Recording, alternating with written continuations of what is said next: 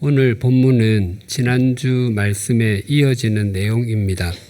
누가복음 21장 5절에서 36절은 사람들의 질문과 예수님의 대답으로 이루어져 있는데, 예수님께서는 예루살렘 성전의 무너짐과 예루살렘의 멸망을 세상의 종말과 당신의 재림과 함께 말씀하셨습니다. 오늘 본문 20절이 이렇게 증거합니다. 너희가 예루살렘이 군대들에게 에워싸이는 것을 보거든 그 멸망이 가까운 줄을 알라. 예수님께서 공생애를 보내실 때 유대를 다스렸던 총독은 빌라도였습니다.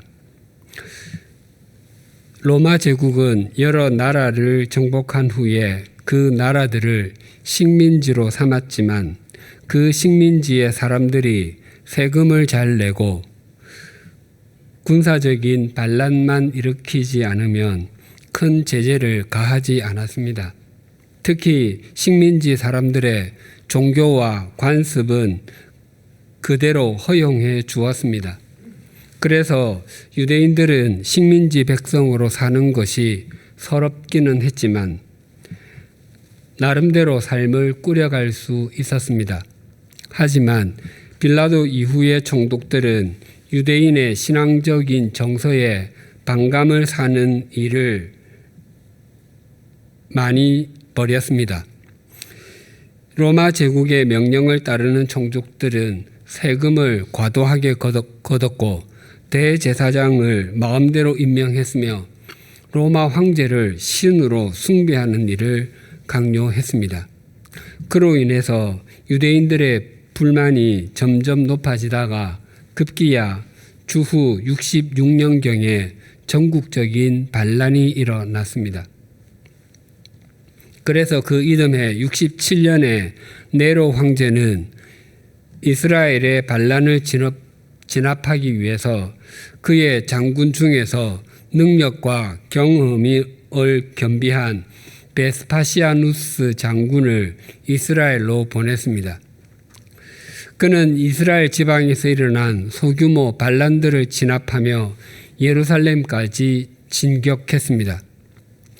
그러나 유대인들은 아주 강하게 저항했고 또 해발 고도가 높은 예루살렘의 지형 구조로 인해서 예루살렘을 정복하기가 쉽지 않았습니다.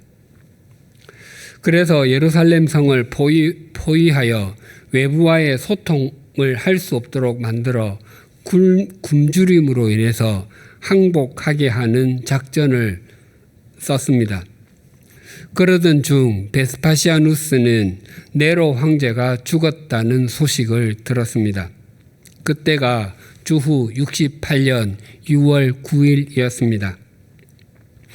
로마의 시민들이 네로 황제의 폭정에 견디지 못해 반란을 일으켰는데 그 반란에는 황제의 친위대까지 가세했습니다.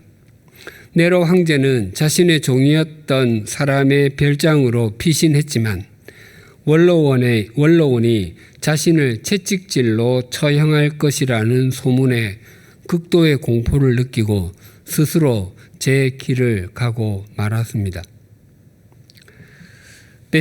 베스파시아누스는 예루살렘을 점령하는 것을 중단한 채 로마 제국의 향후를 관망하고 있었습니다. 그리고 자신의 아들이자 장군이었던 티도를 보내어 새 황제의 즉위를 축하하고 전쟁을 어떻게 해야 할지 명을 받아오도록 했습니다. 그런데 티투스가 고린도에 있을 때 그때가 겨울이었기 때문에 더 이상 움직이지 못하고 거기서 겨울을 지나고 움직이려고 했습니다. 그 고린도에 있을 때 새 황제 갈바는 겨우 7개월을 다스리고서 암살되었다는 소식을 들었습니다. 티투스는 그냥 아버지에게로 돌아왔고 갈바의 뒤를 이은 오토는 그 역시 재임 3개월 만에 자신의 군대가 패하자 스스로 생을 마감하고 말았습니다. 그의 뒤를 이어 황제가 된 비텔리우스는 향락적이었고 무능했습니다. 그 역시 8개월 만에 암살을 당하고 말았습니다. 그 후 군인들에 의해서 추대를 받은 베스파시아누스는 로마로 가서 제국을 평정했습니다. 그러자 이스라엘과 벌이는 전쟁은 베스파시아누스의 아들 티투스의 몫이 되었습니다. 티투스에 의해서 예루살렘은 70년에 완전히 함락되었습니다. 유대의 역사가 요세푸스에 따르면 그 전쟁으로 포로가 된 유대인은 9만 7천 명이었고 사망한 사람은 무려 110만 명이었다고 합니다. 사망자의 수가 상당히 과장된 것으로 보이지만 굉장히 많은 사망자가 있었던 것은 틀림없는 일이었습니다. 예수님께서는 예루살렘의 멸망과 같은 엄청난 일을 겪을 사람들에게 21절에서 이렇게 말씀하셨습니다. 그때에 유대에 있는 자들은 산으로 도망갈 것이며 성 내에 있는 자들은 나갈 것이며 촌에 있는 자들은 그리로 들어가지 말지어다. 엄청난 일을 겪게 되는 상황이 되면 그때 예루살렘 안에 있는 사람들은 밖으로 도망을 가고 밖에 있는 사람은 다시 예루살렘으로 들어오지 말라고 말씀하십니다. 전 세계 대부분의 나라에서 사람이 가장 많이 사는 곳은 그 나라의 수도일 것입니다. 그리고 다양한 이유로 그 수도에 살기를 원합니다. 그래서 수도는 정치, 경제, 교육, 문화, 예술 등 모든 분야의 중심지 중에서도 중심지입니다. 그런데 만약 전쟁이 일어나게 되면 수도는 그 나라에서 가장 위험한 곳이 됩니다. 수도가 마비되는 것은 곧 온 나라가 마비되는 것과 동의어이기 때문입니다. 그래서 예수님께서는 예루살렘이 에워싸이는 것을 보게 될 때 예루살렘을 빨리 벗어나고 밖에 있으면 들어오려고 하지 말라고 말씀하시는 것입니다. 예루살렘이 로마 군대에 의해서 함락된 이후에도 일부의 사람들은 들로 산으로 도망가서 항전했지만 강한 로마 군대에 의해서 이내 대부분 진압되고 말았습니다. 그런데 마지막까지 남은 것이 마사다 요새였습니다. 그곳은 헤롯 대왕이 그 염해 서쪽에 세운 3천 규모의 성이었는데 천혜의 절벽 요새로 적의 공격이 거의 불가능한 것처럼 여겨지던 곳이었습니다. 그 요새는 높이가 400여 미터나 되었고 그 꼭대기는 평지였는데 그 길이가 약 600m, 폭이 약 250m였습니다. 유대인 지도자 엘리에셀은 어린 아이들을 포함한 열심당원 967명을 이끌고 그곳으로 피하여 로마 제국의 정규군 15,000명과 맞서 2년을 버텼습니다. 하지만 로마군은 높은 철탑을 만들어서 그 철탑 위에서 돌 대포와 불화살로 공격했습니다. 마침내 마사다도 함락 직전에 있었습니다. 마사다가 함락되기 전날 엘리에셀은 더 이상 항전할 수 없음을 깨닫고 사람들에게 이렇게 마지막 연설을 했습니다. 우리는 오래전부터 하나님 외에 그 어떤 것도 섬기지 않기로 했습니다. 이제 우리는 그 결심을 행동으로 확증할 시점에 서 있습니다. 우리가 로마인에게 포로가 되느니 자살을 합시다. 우리가 가진 양식은 우리의 목숨을 연장해 줍니다. 만약 우리가 이것을 남겨놓고 죽으면 사람들은 우리가 먹을 것 때문이 아니라 결심을 따라서 죽었음을 알게 되고 또 노예됨을 선택하기보다 죽음을 선택했음을 알게 될 것입니다. 우리는 죽기 위해서 태어났으며 이것은 우리 후손도 마찬가지입니다. 죽음은 끝이 아니라 영혼의 자유를 주며 우리가 본래 있던 곳으로 돌아가게 만들어 줍니다. 이 연설은 사람들의 마음을 움직였습니다. 그래서 군인들은 아내와 자식들을 부둥켜 안고 눈물을 줄줄 흘리며 이별의 입맞춤을 나누었습니다. 그리고 가족들에게 칼을 댔습니다. 그리고 살아남은 사람들 가운데서 10명을 뽑았고 나머지 사람들은 자기 가족들의 시신 곁에 누워서 그들을 껴안고 자기 목을 내어 놓았습니다. 10명의 집행자들은 그들의 목에 칼을 대었습니다. 그리고 남은 10명 중에서 또 다시 1명을 뽑았습니다. 나머지 9명은 처음과 같이 자기 가족들 곁에 누워서 칼을 받았습니다. 최후의 생존자는 살아남은 사람이 있는지 다시 한번 확인을 한 후 성에 불을 지르고 자신의 가족 옆에서 생을 마감했습니다. 그런데 한 노파와 엘리에셀의 친척인 한 여인 그리고 그의 자녀 5명 등 7명은 지하 수로에 숨어 있었기 때문에 죽음을 피했습니다.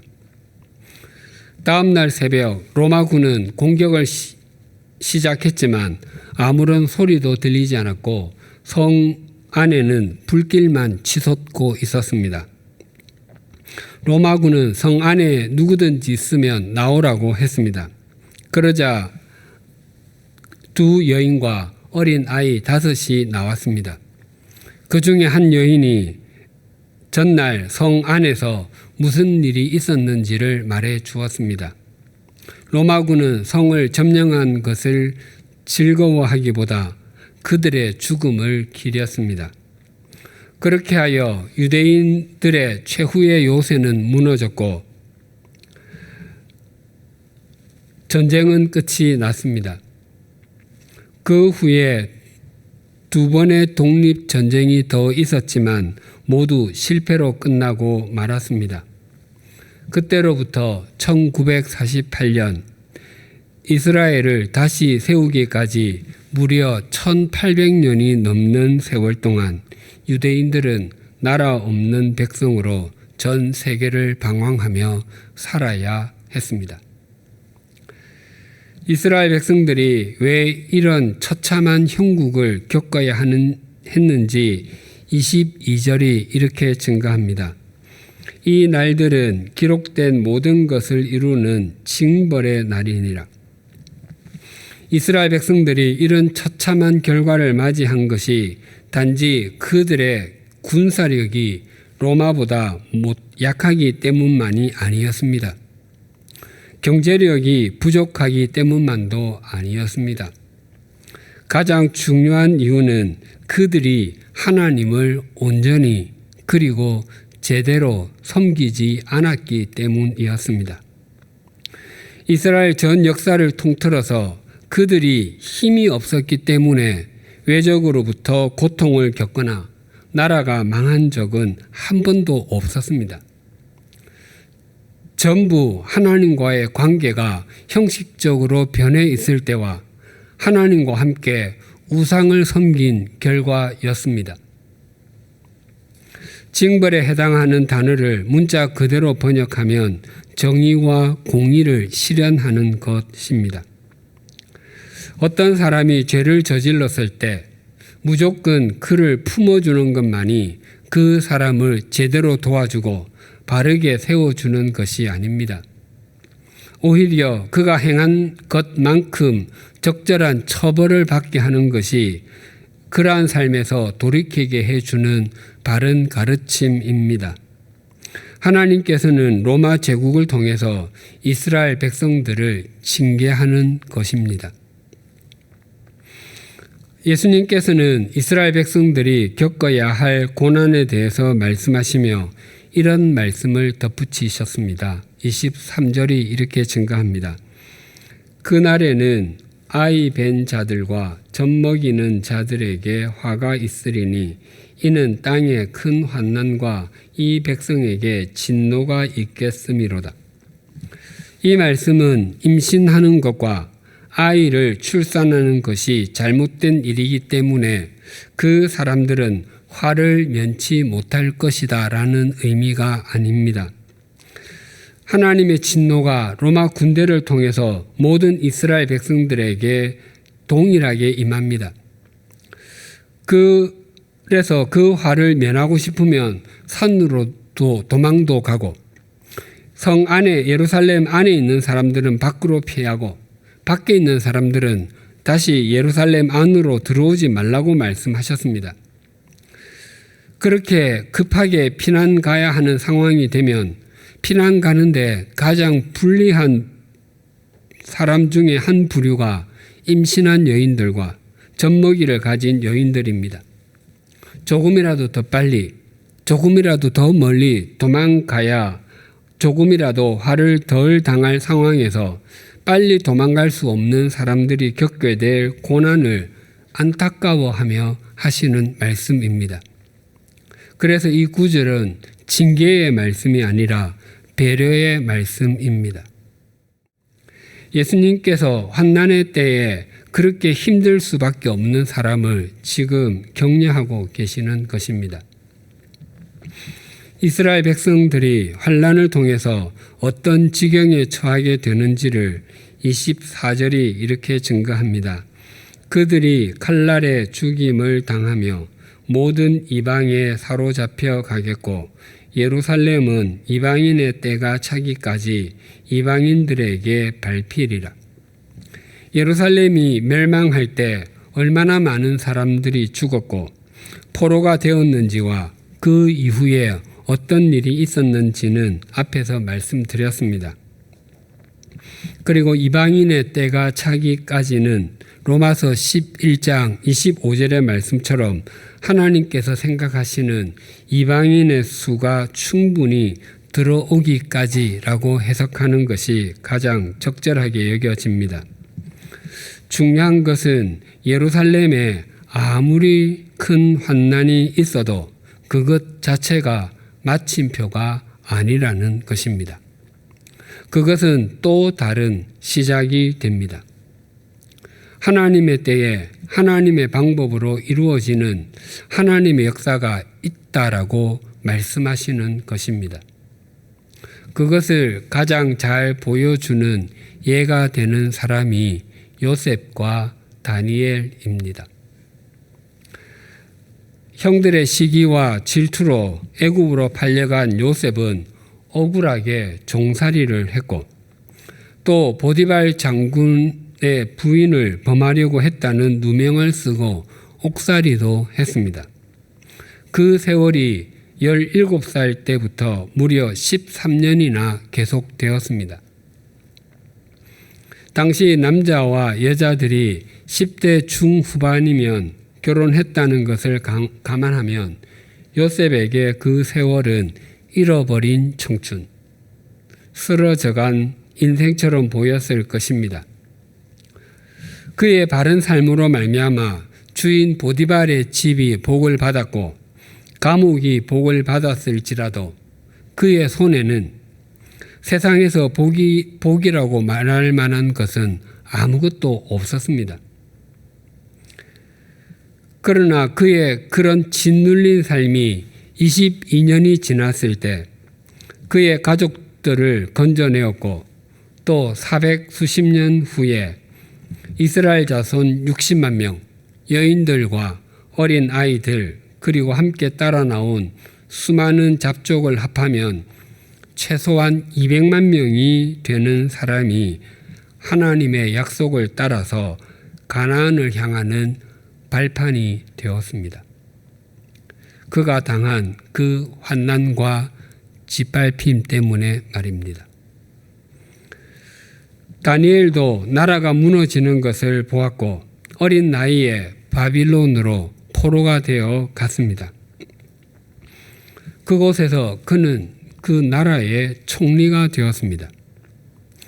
현재 세계 최고 강대국인 미국에서 현재까지 한국인으로 장관이 된 사람은 아무도 없습니다. 한국계 미국인도 아무도 없습니다. 다니엘이 당시 초강대국인 바빌로니아의 고위직 관리가 되는 과정이 어땠는지, 그리고 그 긴 세월 어떻게 그 자리를 유지할 수 있었는지 성경은 그 내용을 자세히 말하지 않지만, 그가 이방 땅에서 얼마나 많이 눈물 젖은 빵을 먹어야 했겠습니까? 또한 예루살렘을 향한 창을 열어놓고 하나님 앞에서 얼마나 많은 눈물을 쏟아야 했겠습니까? 다니엘은 늘 신실하게 행했음에도 그를 반대하는 사람들은 그를 무너뜨리기 위해서 혈안이 되었습니다. 그럼에도 아무런 허물을 찾을 수가 없었습니다. 그래서 그들이 다니엘에 대해서 이렇게 고백했습니다. 다니엘 6장 5절인데 새번역 성경으로 읽어드리겠습니다. 그래서 그들은 서로 말하였다. 다니엘이라는 자는 그가 믿는 신의 법을 문제 삼지 않고는 고발할 근거를 찾을 수 없다. 다니엘의 일상의 삶과 업무에 대해서는 문제 삼을 만한 것이 아무것도 없고, 단지 그가 믿는 신의 법, 그가 지키는 하나님의 말씀을 통해서만 올무에 걸 수 있다는 의미입니다. 그래서 결국 다니엘은 기도하는 문제로 사자의 굴속까지 들어가게 되었습니다. 다니엘이 사자 굴에 던져질 때 그는 젊은 청년이 아니었습니다.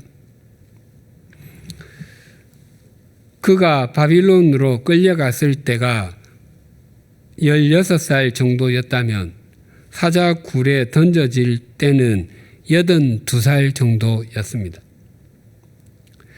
그 긴 세월 그는 이방 땅에서 많은 환난을 겪었지만 하나님을 목적 삼는 삶을 끝까지 살아내었습니다. 마침내 바빌로니아 제국이 무너지고 페르시아 제국의 고레스 왕 때, 그때가 바로 하나님께서 약속하신 때입니다. 그 고레스 왕 때 유다 백성들은 고국으로 돌아갈 수 있었습니다. 거기에는 다니엘의 역할이 지대했음은 그 누구도 부인할 수 없습니다.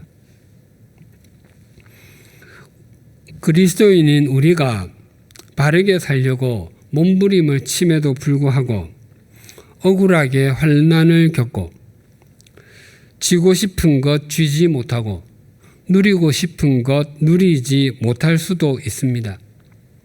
때로는 모함을 받을 수도 있고 손해를 당할 수도 있습니다. 그럼에도 우리에게 소망이 있는 것은 하나님께서는 그 모든 것을 알고 계시며 그 과정을 통해서 우리를 인도하고 계신다는 사실입니다. 그래서 우리가 크고 작은 어려움을 겪어도 바른 길을 걸어가는 것을 포기하지 마십시다. 그 길을 걸어갈 때 하나님께서 구원을 주시기로 예비하신 사람이 우리에게 와서 물어볼 것입니다. 당신은 왜 그렇게 사십니까? 그때 나도 몰라요, 힘들어 죽겠어요 라고 말하지 마십시다. 그때 그의 눈을 바라보고 이렇게 말하십시다. 예수 그리스도 때문입니다. 그분이 십자가에서 피를 흘려 주심으로 나에게 주신 영원한 생명 때문입니다. 예수님께서 예루살렘의 멸망에 대해서 말씀하시고 또 종말에 대해서 이렇게 말씀하셨습니다. 25절에서 27절이 이렇게 증가합니다. 1월 성신에는 징조가 있겠고 땅에서는 민족들이 바다와 파도의 성난 소리로 인하여 혼난한 중에 곤고하리라. 사람들이 세상에 임할 일을 생각하고 무서워함으로 기절하리니 이는 하늘의 권능들이 흔들리겠음이라. 그때에 사람들이 인자가 구름을 타고 능력과 큰 영광으로 오는 것을 보리라. 당시 예수님과 함께 했던 사람 중 그 누구도 이 말씀의 진리를 깨닫지 못했을 것입니다. 당시는 로마의 영향 아래 있었지만 평안한 때였습니다. 예루살렘이 무너지리라고 예상한 사람은 예수님 외에는 아무도 없었습니다. 그런데 세상의 종말과 예수님의 재림이라뇨. 그러나 예수님께서는 예루살렘이 망하게 되는 것을 보면 이 세상도 망하게 될 것이라는 것을 실감하게 될 것이고 그때에는 주님의 재림도 인정하게 될 것이다 라고 말하는 것입니다. 그런데 이 말씀에서 우리가 새겨두어야 하는 것은 사람들이 재난이나 천재지변을 직접 겪고서 무서워하고 기절하는 것이 아니라 세상에 닥쳐올 일들을 예상하고 무서워서 기절할 것이라고 합니다. 즉 실제의 일이나 사건이 우리를 두렵게 하고 기절할 정도로 만드는 것이 아니라 어떤 일이 일어나지 않을 수 있음에도 일어날 것으로 생각하는 두려움, 또 어떤 사건이 닥쳐오지 않을 것임에도 닥쳐오면 어떡하지라는 공포가 우리를 더 고통스럽게 만든다는 것입니다. 이런 우화가 있습니다. 한 마차가 알렉산드리아를 향하고 있었습니다. 한 할머니가 자신도 그곳으로 간다며 태워주기를 요청했습니다. 그래서 마부가 함께 타게 된 할머니에게 당신은 누구시며 그곳에는 왜 가십니까? 라고 물었습니다. 그랬더니 나는 콜레라라는 전염병입니다. 라고 말했습니다. 놀란 마부는 소리를 지르며 당장 내리라고 했습니다. 콜레라 할머니는 꿈쩍도 하지 않고 내가 알렉산드리아에서 꼭 3사람만 죽게 할 것이니 염려하지 마시오. 더 죽으면 나를 찔러 죽여도 좋소라며 칼을 건네주었습니다. 결국 마부는 칼을 받고 콜레라 할머니를 알렉산드리아까지 태워다 주었습니다. 그 며칠 후부터 알렉산드리아에는 콜레라가 번지기 시작했고 사람들이 죽어 나갔습니다. 그런데 셋은커녕 30명이나 300명도 아니고 3,000명도 넘는 사람들이 죽어갔습니다. 화가 난 마부는 콜레라 할머니를 찾아 나서서 며칠을 헤맨 끝에 할머니를 만나 칼을 치켜들었습니다. 그러자 할머니는 이게 무슨 짓이요? 왜 나를 죽이려고 하는 거요? 라며 언성을 높였습니다. 마부는 몰라서 물으십니까? 3사람만 죽게 하겠다고 해놓고 얼마나 많은 사람들을 죽인 것입니까? 그러니 이 칼을 받으시오 라고 말했습니다. 그러자 할머니가 이렇게 답변했습니다. 그것은 오해요. 나는 약속을 어긴 적이 없어. 내가 죽인 것은 단지 3사람뿐이요. 나머지 사람들은 콜레라가 퍼진다는 말만 듣고서 그 소문을 두려워하고 겁에 질려 죽은 것이요. 인생의 연륜이 길어질수록 죽음은 굉장히 가깝게 와 닿습니다.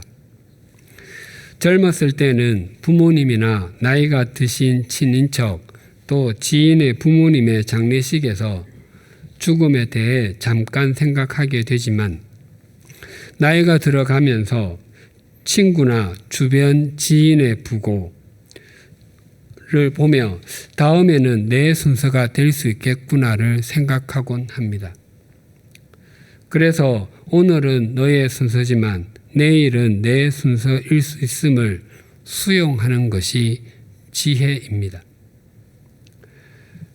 하지만 우리가 언제 어디서 어떤 형태로 마지막 숨을 내쉬게 될지 알지 못해도 그 후에 우리를 영원히 품어주시는 주님이 계시기에 우리는 언제나 소망 가운데 거할 수 있습니다. 그래서 예수님께서는 우리가 어떤 태도로 살아야 하는지를 이렇게 28절에서 말씀하셨습니다. 이런 일이 되기를 시작하거든 일어나 머리를 들라 너희 속량이 가까웠느니라 하시더라. 우리 삶의 상황이 우리를 짓누를 때, 주위에서 엄청난 사건과 사고들이 일어날 때 주님께서는 머리를 들라라고 말씀하십니다. 그럴 때는 머리를 숙이고 절망해야 할 것 같고 좌절해야 할 것 같고 포기해야 할 것 같은데 머리를 들라라고 말씀하십니다. 그것은 소망이 있다는 것입니다. 지나온 우리의 삶을 돌아보십시오. 우리가 언제 우리의 머리를 들게 해주시는 주님을 만났으며 우리가 언제 하나님의 속량, 즉 하나님의 건져주심을 경험했습니까? 학창시절 공부를 잘하고 친구들로부터 인기를 끌 때였습니까? 좋은 학교를 졸업하고 좋은 직장에 취직했을 때였습니까? 아니면 남들보다 더 많은 봉급을 받고 사업이 정신없을 정도로 잘 될 때였습니까? 아니면 가족들이 모두 제 역할을 제대로 하고 서로 소통하며 인격적으로 존중할 때였습니까?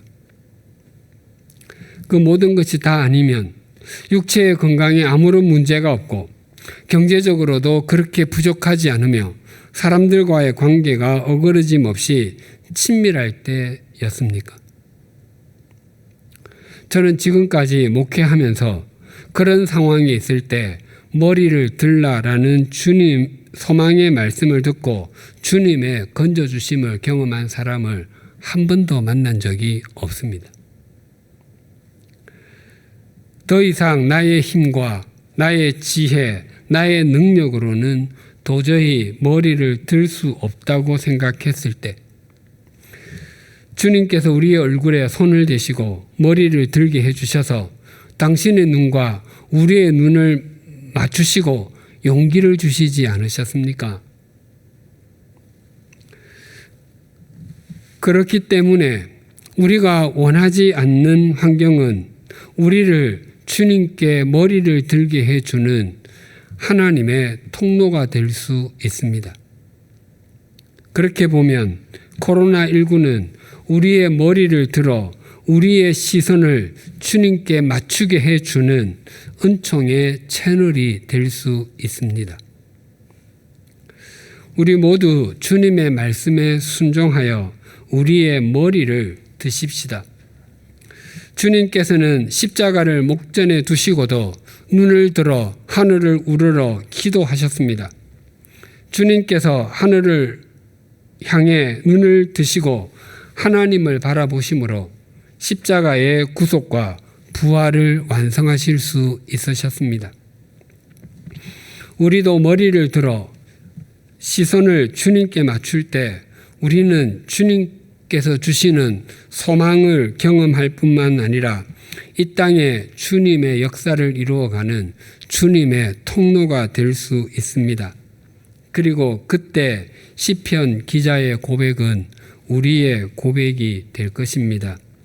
내가 산을 향하여 눈을 들리라. 나의 도움이 어디서 올까? 나의 도움은 천지를 지으신 여호와에게서로다.